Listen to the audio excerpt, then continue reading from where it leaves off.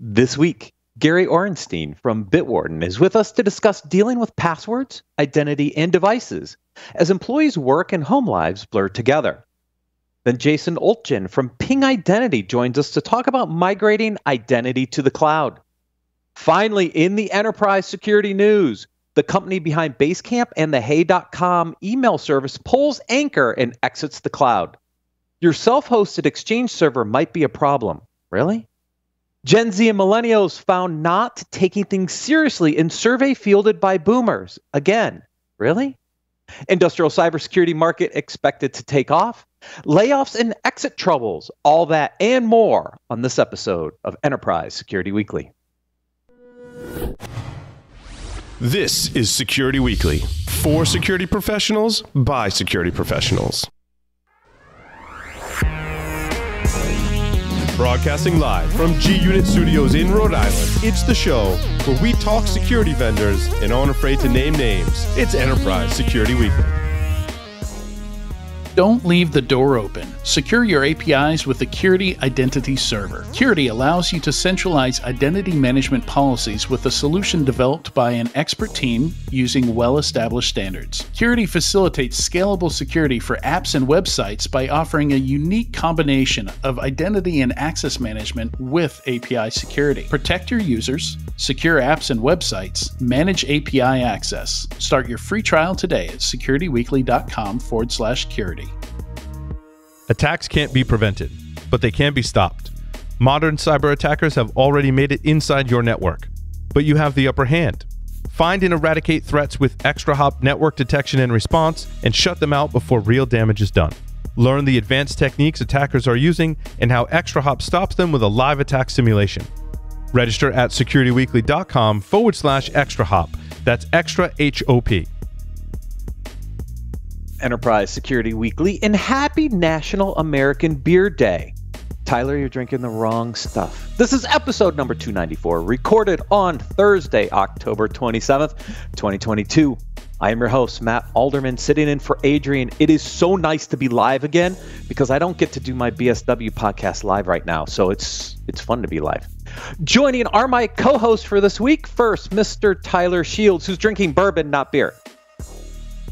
I am always drinking the right stuff. I never drink the wrong stuff. But that being said, I'm just not a beer guy. I don't know. It makes me feel kind of bloated. As I've gotten older, I've switched to pretty much bourbon, pretty much straight liquor. Yes, bourbon was yesterday. Vodka was Tuesday. I switch it up a little bit here and there. Gotta have the priorities, Matt. Gotta have priorities. Yes, yes, yes. Also joining is Katie Teitler. Welcome, Katie. Hello. Good to see you. It's been so long. We got on before the show. I was like, oh my gosh, so good to see you guys. It's been so long. It's been a minute. Yeah. Yeah. All right. Adrian threw in some beer trivia. So most Americans know the oldest brewery is Yuengling. They don't let us forget about it because it's posted like everywhere on all their bottles. But what's the second oldest brewery? Does anybody know? Anybody? Oh, man, that's a tough question. Is it Miller Coors? Not quite. Molson Coors. Hold that one for the next one. It's Pabst. Oh. Pabst Brewing Company is the second oldest beer company. Get yourself a Pabst Blue Ribbon, folks. That explains why the hipsters like it, right? It's the furthest throwback you can do. Right, exactly right. And most folks would correctly guess that the largest U.S. brewery is Anheuser-Busch, but it's owned by Belgium-based AB InBev, the world's largest brewing company. What's the largest U.S.-owned brewery? Is this where I say Miller Coors? It's Molson Coors, Miller Coors, yeah. Gotcha. It's all the same. Wait, Miller and Molson are the same thing. I know that. Yeah. Yeah, I think they merged a couple of years ago. Yeah, it's all together now, I think. So, all right. Sorry, I had to do that. Adrian gave them to me, so there we go. Follow us on Twitter for live stream reminders, highlighted clips, memes, and more. Our Twitter handle is @SecWeekly. Gary Orenstein is Chief Customer Officer at Bitwarden. Gary has a long history of marketing and product roles in tech with a focus on data storage, cloud computing, and security. Gary, welcome to Enterprise Security Weekly. Thanks very much for having us. Nice to be here. All right. So, as Chief Customer Officer, I looked at Bitwarden because I had to remind myself. So many tech companies these days, right? And I'm like, well, that's an interesting role because as a company, you serve consumers, like personal and business. So, as a Chief Customer Officer, do you work with both the personal side and the business side, or do you focus more on the business side? I'm just curious, kind of your role. We do it all and serve both individuals and the world's largest companies to help them with password management. And it's just a really fun part of the business that Bitwarden is in. On the individual side, one of the wonderful things is that we have a fully featured free version that anybody can use. And we think that's important for people to be able to advance their own personal security. And then working with companies who have realized that they want to empower their employees. So it's the whole combination that we handle. So as you think about the last 2+ years, 2.5, we're working, it's been this pandemic for a while. Yeah. What do you see from the personal side to the business side? What's blurring? Like, I know lines are blurring because I see it in my life and I know everybody else sees it. Like, where are we starting to see kind of the blurred crossover between your personal and your business life? Yeah. Well, I think many people, certainly those in who operate in digital economy, and we're all thrust into having our home office and our remote office, and maybe we've done that here and there previously, but it really became a full-time endeavor for us, and what that meant is you had to take care of your own stuff in terms of the different devices and logging into different accounts. And what we saw is that for a lot of people, having a password manager really helps them, both in how they manage their personal life, how they manage their work life at home, and how they manage their work life at work. Of course, when everybody was distributed and no longer together in the office, all of a sudden the imperative of sharing sensitive information securely became paramount. And so we saw a lot of growth for people who said, now that we're distributed, we need a way that we can share passwords or other sensitive information securely, and using a password manager is one of those tools that helps you with that. And then I think just the last point here is, when you think about tools that we use at work and that we use at home, there's only a few that are really that common. Email, of course, and maybe collaborative docs and so forth.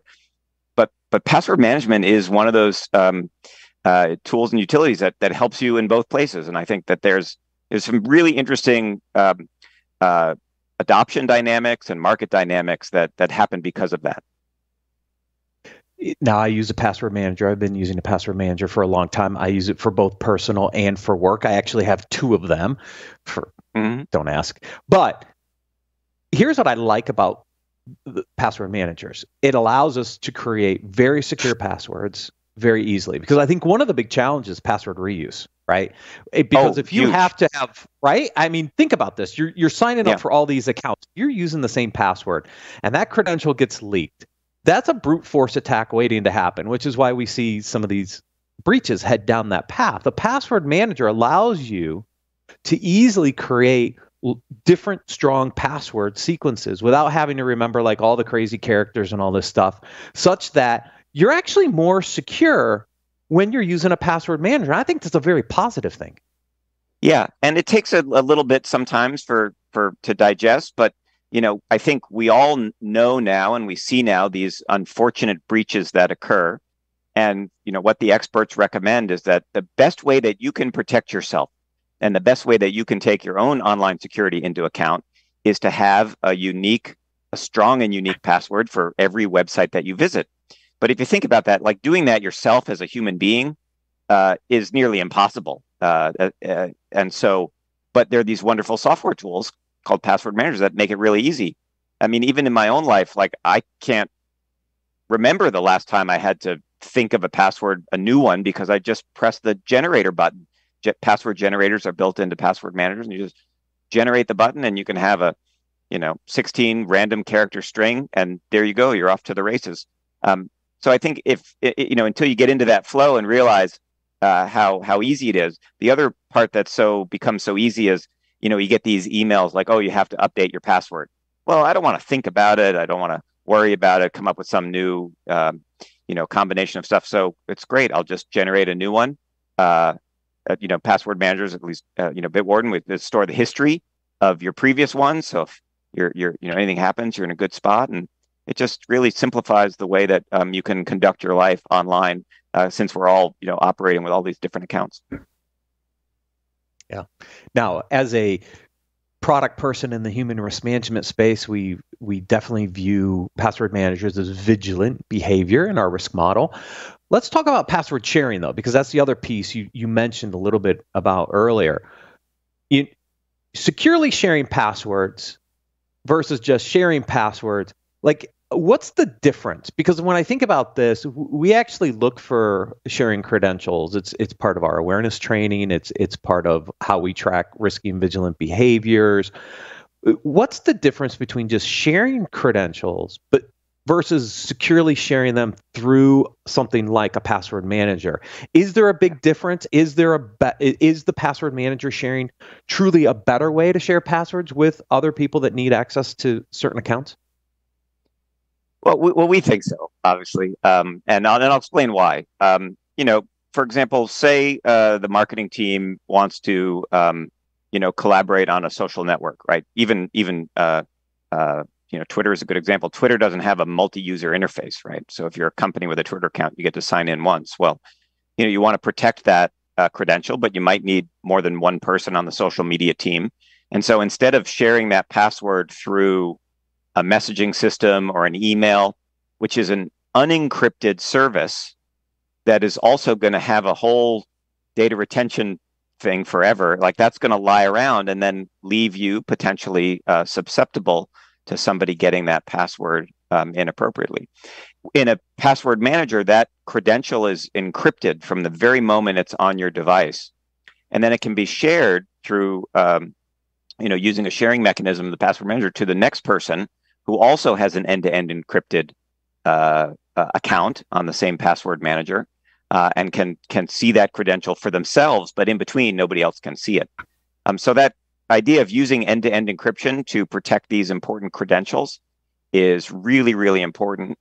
And then, one other thing that a lot of password managers do, and Bitwarden does, is you can also incorporate two-factor authentication into the credential. So think about collaborating with friends on a social media account. You want to protect that social media account with two-factor authentication as well, but how are you going to share that across multiple people? Well, you can share that inside the password manager. So a lot of secure and simple options for people to be able to operate safely online and in a collaborative setting. So let me ask you a question here. So we talk about, and Matt, of course, you live this every day, but we talk about never share your passwords with our users. That's one of the gospels we preach in the world of security and risk. What are some valid uses of credential sharing, secure credential sharing? Yeah. Well, I think the social media example is one. Marketing tends to be a common use case. Finance areas tend to be a common use case. Tech companies are a common use case. We're all using these online services, and sometimes the online services have user administration, and sometimes they don't. And so when they don't have user administration, you really want a mechanism by which you can share these credentials easily across your team in a secure fashion. So again, whether it's the social media team, we have customers, for example, in the legal and real estate industry. And they might be managing properties and property systems on behalf of their clients. And so if you want to have redundancy that a certain number of people can have the ability to service a client, and there isn't a mechanism for user administration in that, well, then you can supplement that by using a password manager and sharing those credentials securely. Wouldn't it be a competitive advantage for some companies, whether they're social media or finance or whatever the examples you gave? Wouldn't it be a competitive advantage, at least in terms of security and risk, not only for them, but for their buyers, to create that admin function if they don't have it? Oh, potentially. But there are what we find is that employees at companies will focus first and foremost on the tools they can use to get their job done, and sometimes secondly on security. So by they're going to do it anyway. Yeah, and we're human beings, and we just want to get the job done. So by infusing the tools for people, by making the tools available to people, infusing that into the culture, we think that all in all, companies end up with a much more secure operating environment, because employees are not generating silly passwords based on pets' names or the company name plus the year plus the exclamation point, which we know is frequently used. And so they're doing that on a whole variety of accounts, including those that need to be shared. Yeah, absolutely. The one case you touched on a little bit.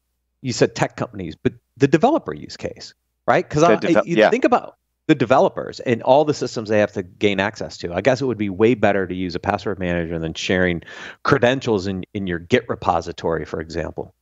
Exactly. What you want to do is you want the sensitive information in an end-to-end encrypted solution. And then you want that end-to-end encrypted solution to be readily available. So you want it to be available on all your devices. You want it to be available on all the computers that you use, all the operating systems that you use. You want them to be available in different browsers that you use. So, that's one approach that Bitwarden takes. Try to say if in order for you to make use of a tool that delivers end-to-end encryption, you've got to make it easy and accessible to all the platforms that people use. And then once you do that, yes, much better to keep credentials in a encrypted end-to-end encryption solution than to put them on GitHub or to keep them on a shared drive somewhere in the enterprise IT domain. People have been sharing credentials since credentials began. So I think this idea will be with us for some time, and particularly with application development and developers, there is a huge need to have these kind of solutions. So Paul got really smart with our code. They used to be in the code, right? And then he pulled them out and put them in as environment variables. Still not as secure, but better than being in the Git repositories. I'm just saying. Yes. Yes. Good job. Yes, he was very security minded and did the right thing by removing the credentials out of the code. I'm just not sure that the environment variable was more secure, but you know what I mean, right? These are use cases that definitely come into play. Passwordless. What's the future of passwords and this whole concept of passwordless? Microsoft's been pushing this pretty hard, right? We've talked about this for a long time. Like, can we ever get away from the password? Will passwordless ever come to fruition? I hope so. And we are big supporters of all the activity that's happening in passwordless. In fact, today, you can live a passwordless life with Bitwarden today. You can set up biometric authentication to get into your vault.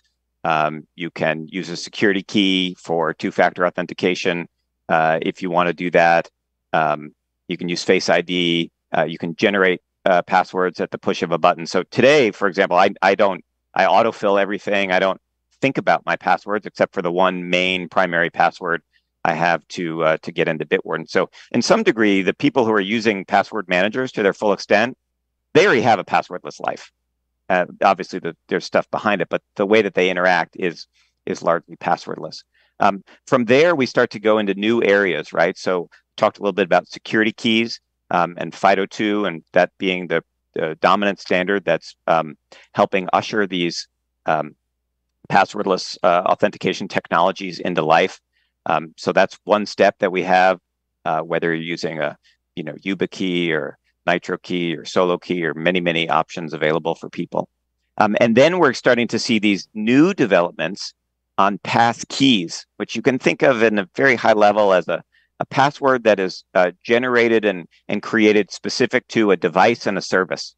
And so that gives it a little bit of protection, protection from phishing, protection from being stolen and used elsewhere. But of course, the flip side of that is, well, now what happens if I lose my phone? So there's still, some work underway on, of course, the passwordless is one road, and then the recovery situation is another. So even some of these larger companies, when they talk about their passwordless solutions, you still, if you want to be able to recover your account, let's say you're traveling with your laptop and your phone, and have an unfortunate situation where both are stolen. Well, now how are you going to get back in? So there's some work going on there to further the standards, and all of this will happen over the coming years. And Bitwarden is 100% behind it. We support FIDO2 today in a variety of situations, and there's a lot more coming. So I think it will take some time, but it's clearly something that people want, and it's clearly something that people are going to get, and then individuals will see, what's right for them.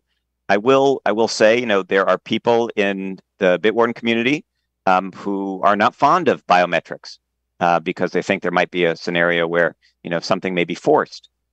So, those people, like the idea of having a password that resides in their brain that only they can determine if they're going to release to somebody. So there's a whole spectrum, but definitely we're looking forward to continuing a long journey on developing more and more passwordless technologies with Bitwarden. Yeah. Gary, too, for those folks that have that level of requirement of security, doesn't it just make sense to augment with the additional item? Meaning, let's set up the base passwordless model or biometric model as best we can, use that everywhere, and then for those systems that are super ultra secure, augment with a password. Like, don't make that the default first line of defense. Make that the secondary component that you layer on. Sure, absolutely. And there's a variety of combinations that work for different set of security profiles. But I think what we are going to see is more services and more people wanting to default to the passwordless option. And so that's certainly where the gravity is right now. Yeah. I would argue we're already pretty heavily down that path. I pick up my phone all the time, and I literally just use the thumbprint. Bang, I'm into whatever I need to get into. Right, I open up my financial systems, hit the thumbprint again. I'm into that. I don't have to remember passwords anymore. Not because I necessarily use a password safe, but because it's built into my device. Mm-hmm. Correct, and the services that implement that are able to take advantage of that. Yep. Those biometric functions natively. Yeah, that's why I wanted to go back and visit the security keys here for a second, right? Because I remember the days when I was at RSA and two-factor authentication was becoming a requirement on the financial side, and RSA thought everybody was going to have a token, right? It didn't work out that way, just for those who didn't keep up. So it was because we went to other mechanisms to support this, right? We didn't need the token. We could use the phone or we could use SMS. Now, we know that there are challenges with SMS-based multi-factor authentication after a la Uber and Twilio, right? And so I guess the question becomes, are we going to see a resurgence in physical keys? Is the phone enough? There's so many combinations here. I'm not a big fan of carrying around a separate YubiKey, for example. Paul loves them. He uses them. I've never gotten into, trying to find my damn car keys to figure out where my YubiKey is. I just use my phone. Do we need the physical security keys? Is the phone going to be enough for most of us? Back to Tyler's point a little bit, that's what we're mostly used to. I'm just curious your thoughts there. Yeah. I think on the individual side, we're definitely going to see the phone become the validation device or the proxy for generating the validation, because that's what everybody has. And if you're operating a large site with millions of users, you don't want to wait for people to adopt a physical security key to enhance the protection of your user base. But I think in companies, it's a very different story. I think there is a degree of control and security that the physical security key brings that just fits in line with the way a lot of enterprises like to operate. And so particularly for core teams, core IT teams, site reliability teams, folks who are involved in the critical operations, I think that we will continue to see ongoing adoption of security keys or various things like a security key, meaning that it's not tied to your phone, it's not tied to your company phone, it's an independent item that the company can audit and keep track of who gets what. And I think that just fits in line with the way a lot of large companies like to manage their security posture. Yeah, I can definitely see it in certain areas of the federal government where we're dealing with top secret and very classified information. Makes complete sense. I just, certain environments, we're going to cover an article later about the Gen Z and the millennials, and they don't take security as seriously, right? Like, this is a perfect example of that. Like, they don't want to carry around some physical thing on their keychain. I can see them not wanting to do that. And I'm just wondering, is there enough pushback that companies who want to do it, it's going to be difficult from a cultural perspective. And I think, in the consumer world, we're going to see the phone or other devices become that, key or proxy for the key. And in the enterprise, we'll see it in select areas where people are using the physical security key.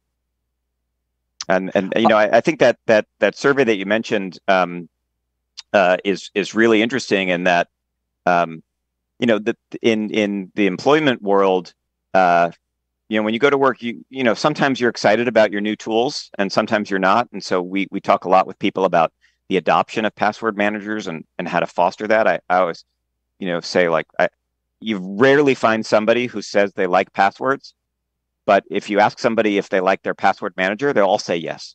They love their password manager. And so it's just an interesting dynamic. And now you have people at work and you want to get them to use a password manager, but a lot of people at work, they say, I have my job. I don't want to learn something new. However, if you can entice that person to use the password manager at home to protect themselves or their family and their personal life, which may be something that they care more about, well, that skill set that they build will just carry back into the workplace. So going back to your initial questions about serving individuals and serving businesses, in our opinion, there's no difference between an employee and an individual in many respects, right? It's just a person trying to stay safe online. And the question is, what's the right motivation? We all have friends who use password managers, and we all have friends who do not. Are they going to be more inclined because, the work says it's the right thing to do? Some of them will. Or are they going to be inclined because they realize they can take care of their family and their personal credentials? And that may be a more powerful motivator for some people. It's the concept of password safety versus password security. Safety typically resonates more with the consumer and the ability to make things safe at home, safe for the family. It's a concept we've been talking about for a while on various shows and in the workplace that I'm involved in, is this concept of safety. If you can get it to resonate with the end user, they carry it not only through their personal life, they'll carry it into their work life. And that's a great place to be. If we keep beating up about security, it doesn't necessarily have the same stickiness. Yeah, I love that idea. And I think the wordplay is critical to get people to understand. And there are a lot of people who hear about security and are going to be like, I don't want to worry about that. That's too much for me. That's too technical for me. But I think, as you said, when you think about safety and personal safety and family safety, those kind of thoughts resonate much closer, I think, with more people. Yeah. Katie, Tyler, any additional questions for Gary while we have him? Nothing from me in particular. Katie, do you? No, this has been great.